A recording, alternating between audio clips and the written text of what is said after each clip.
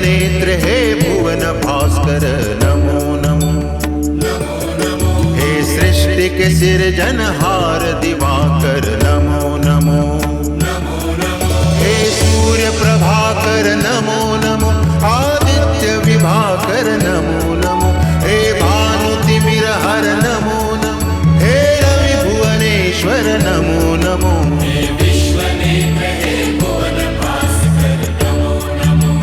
नमो नमो। हे सृष्टि के सिरजनहार दिवाकर नमो नमो। ओम सूर्याय नमो नमः। ओम सूर्याय नमो नमः। ओम सूर्याय नमो नमः।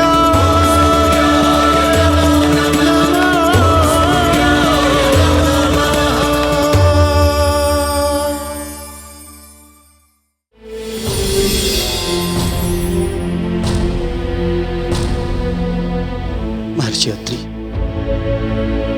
आपके पुत्र चंद्रदेव के साथ जो अन्याय हुआ है उससे हम सभी दुखी हैं।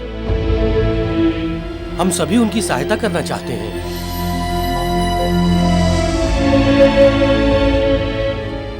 किंतु हम सबको उनकी सहायता करने का कोई भी मार्ग ही नहीं मिल रहा है। अब आप ही हमें बताएं कि उनकी सहायता हम कैसे करें। हमें तो एक ही मार्ग सूझता है।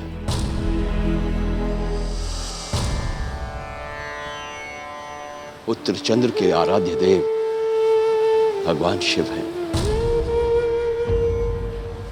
यदि वे चाहेंगे तो पुत्र चंद्र का यह कष्ट दूर हो सकता है। फिर तो हमें तुरंत भगवान शिव के पास जाना चाहिए।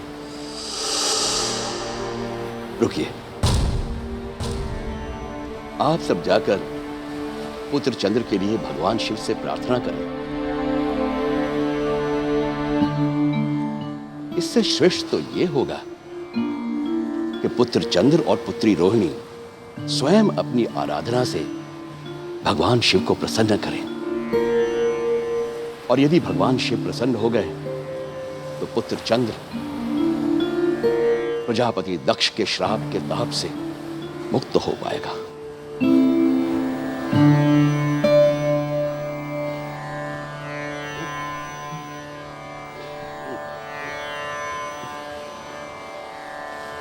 ओम नमः शिवाय। ओम नमः शिवाय। ओम रुद्राय नमः। ओम रुद्राय नमः। पुत्र चंद्र,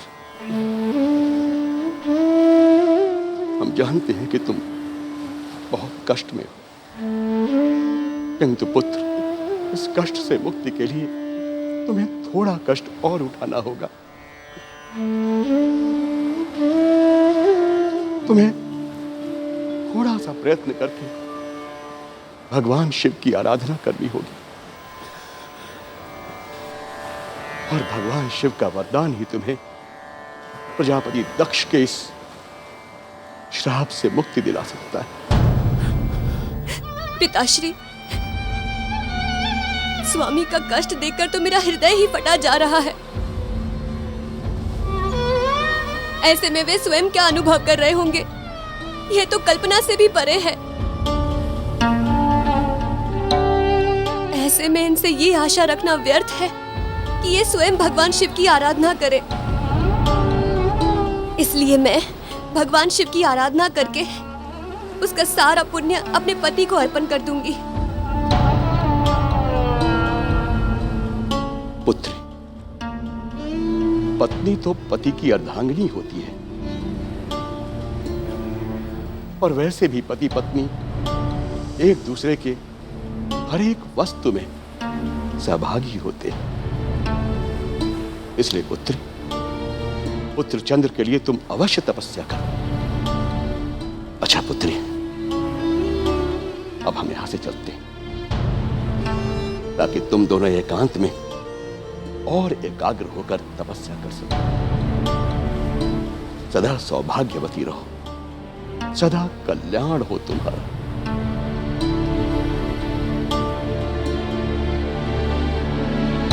ग्रहदेवो, पुत्र चंद्र और पुत्री रोहिणी को यदि एकांत मिले तो वे अधिक एकाग्रता के साथ तपस्या कर पाएंगे। आपका कथन उचित है महर्षि। हम सबको यहां से प्रस्थान करना चाहिए।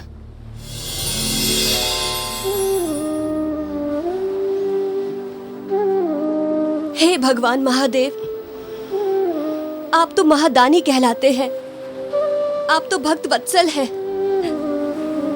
मेरे पति के सिर पे भी अपनी कृपा का हाथ रख दीजिए शिव शंकर।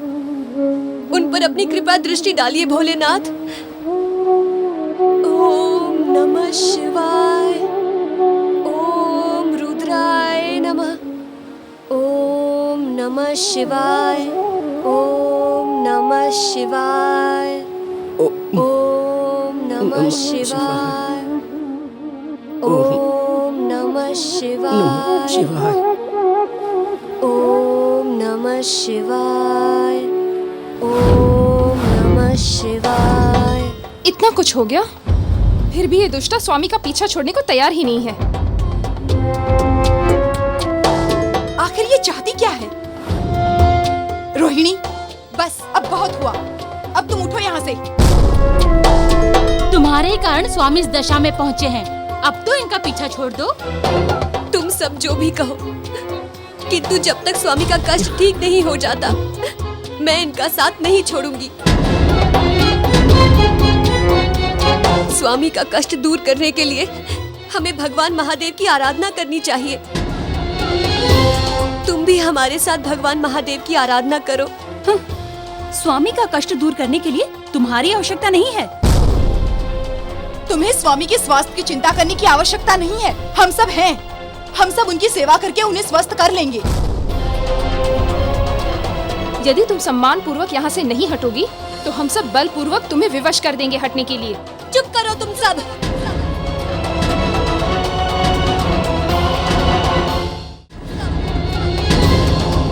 स्वामी की ये दशा मेरे कारण नहीं, अपितु तुम सबके कारण हुई है। और अब जब मैं स्वामी के कष्ट निवारण करने का प्रयास कर रही हूँ, तो तुम सब मेरी आराधना में बाधा डाल रही हो। यदि तुमने अब मेरी आराधना में और बाधा डाली, तो मैं पति सेवा से अर्जित पुण्यों की शक्ति से तुम सबको श्राप दे दूंगी।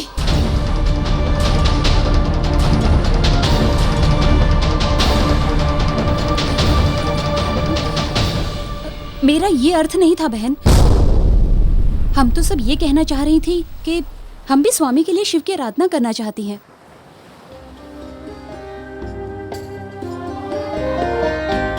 ओम नमः शिवाय। ओम नमः शिवाय। ओम नमः शिवाय।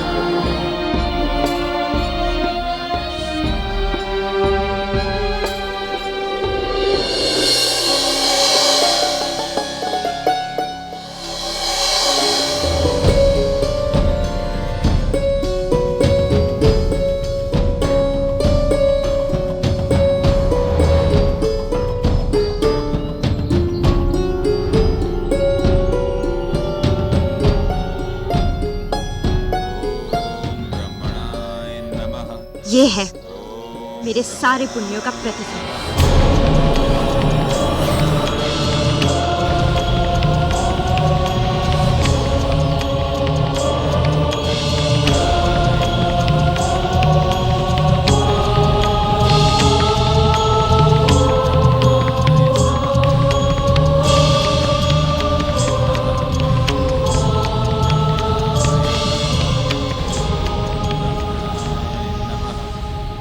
माँ, क्या जीवन में आपकी सबसे बड़ी अभिलाषा क्या है?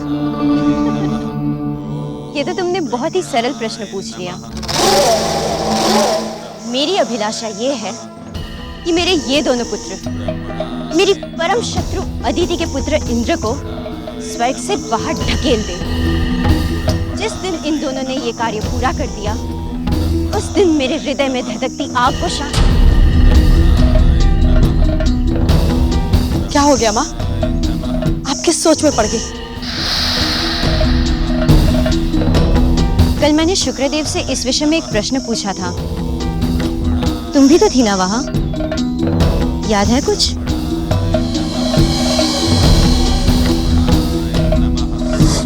आपने हमारे प्रश्न का उत्तर भी नहीं दिया।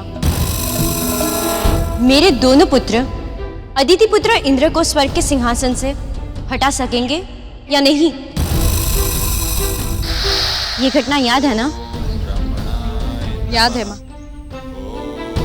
और मुझे ये भी याद है कि शुक्रदेव ने आपके प्रश्न का उत्तर नहीं दिया था।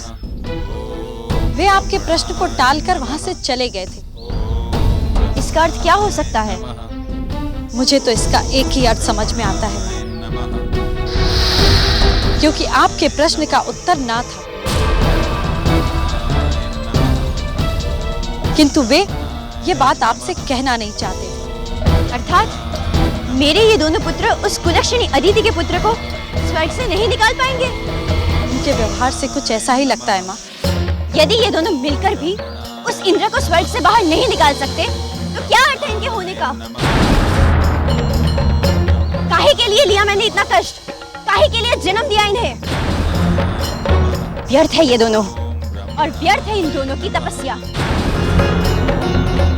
स्वयं अपने हाथों से इन दोनों का अंत कर दूंगी।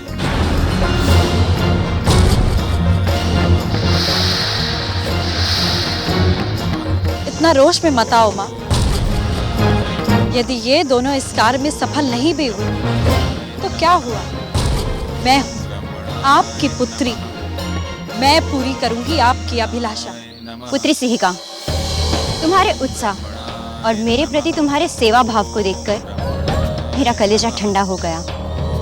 किंतु ये कार्य इतना सरल नहीं है।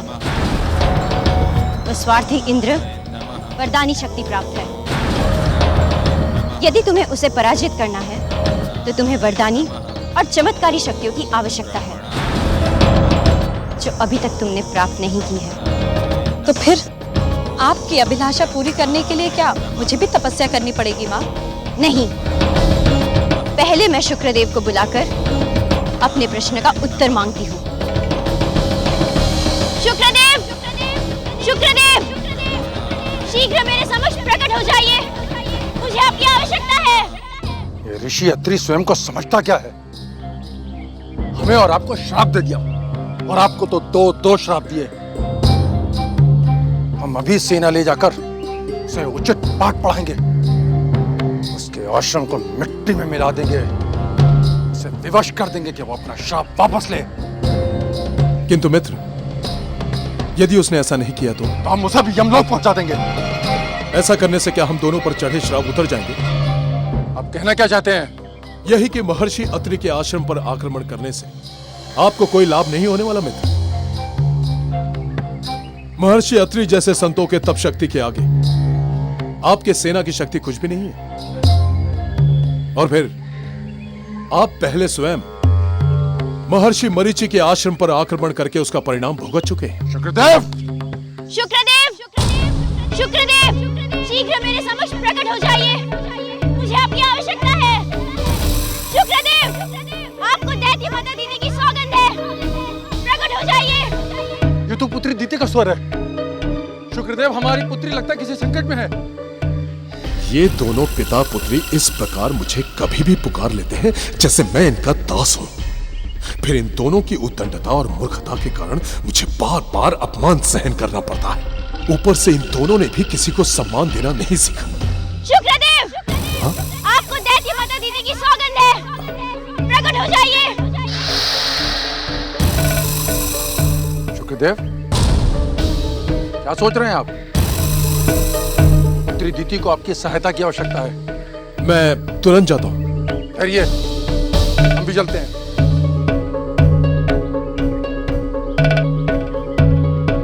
सोच क्या रहे हैं? चलिए। शुक्रदेव, जब आपकी आवश्यकता होती है तब आप दिखाई नहीं देते। लगता है आपको दैत्य गुरु के पद से हटाना ही पड़ेगा। ठीक कह रही हो माँ। ऐसे स्वार्थी व्यक्ति को दैत्य गुरु बनाना समझदारी नहीं है।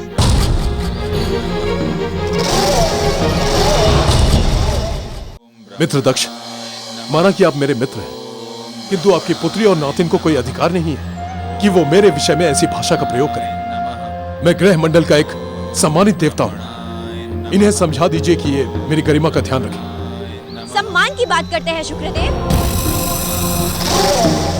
गरिमा की बात करते हैं,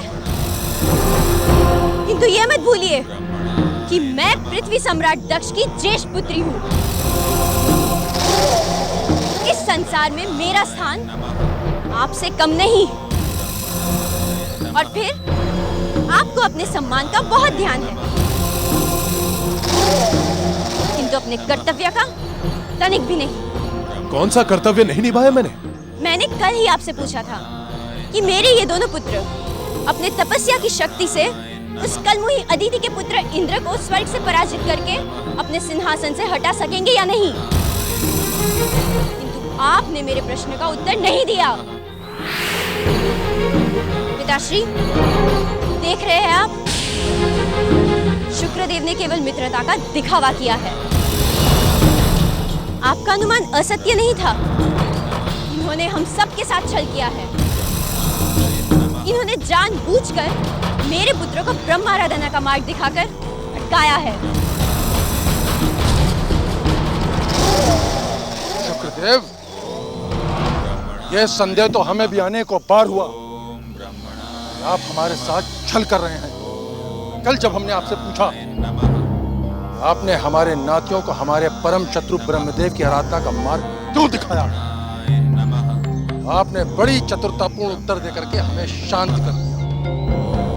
तो आज आपको हमारे प्रश्न का सही उत्तर देना होगा।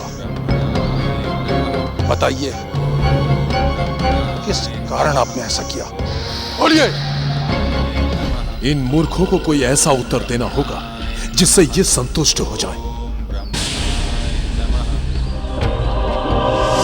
शुक्रदेव जानबूझकर तुम्हारा विरोध कर रहे हैं। तुम्हारे मित्र बनकर तुम्हारी पीठ में छुरा भोंक रहे हैं। किंतु ऐसा क्यों करेंगे? कोई भी कारण हो सकता है, कोई भी। शुक्रदेव, आज हम आपके असली स्वरूप को पहचान गए। बहुत लंबे समय से आप हमारे साथ छल करते आ रहे हैं, इसीलिए आपके पास हमारे प्रश्नों का कोई उत्तर नहीं है। तो आप भूल गए कि पृथ्वी सम्राट दक्ष के साथ छल करके आपने कितनी बड़ी भूल की है। आज हम आपको दंडित किए बिना छोड़ेंगे नहीं, और दंड भी ऐसा भविष्य में कोई भी हमारे साथ छल करने की सोचेगा भी नहीं। इस मूर्ख को उत्तर दूं तो क्या? कैसे शांत करूं इसे? नाना श्री, इस कपटी को दंड देने के लिए आपको कष्ट उठाने की आवश्यकता नहीं है। इसके सम्मान के लिए तो मैं ही बहुत हूं। नहीं पुत्री, सबसे पहले तो हमें अपने पुत्रों को इस व्यर्थ की तपस्या से विरक्त करना होगा। उसके बाद इस दैत्य जाति के घोर अपराधी को, हमारे शत्रु को, तुम अपने भाइयों के साथ मिलकर ऐसा दंड देना कि फिर कभी कोई भी दैत्य जाति के साथ किसी भी प्रकार का छल कपट करने की भूल ना करे। इनका पुत्री दीदी ठीक कहती है। पहले अपने दोनों भाइयों को इस व्यर्थ की आराधना से विमुख करो। मैं व्यर्थ ही चिंतित हो रहा हूं। मैं भूल गया था कि तपस्या की चरम सीमा पर पहुंचे साधक की रक्षा उसकी तप शक्ति ही करती है। अच्छा हुआ इन तीनों मूर्खों ने पहले दोनों भाइयों को जगाने की सोची है। ये सिन्हिका अब मेरा मार्ग सरल कर देगी।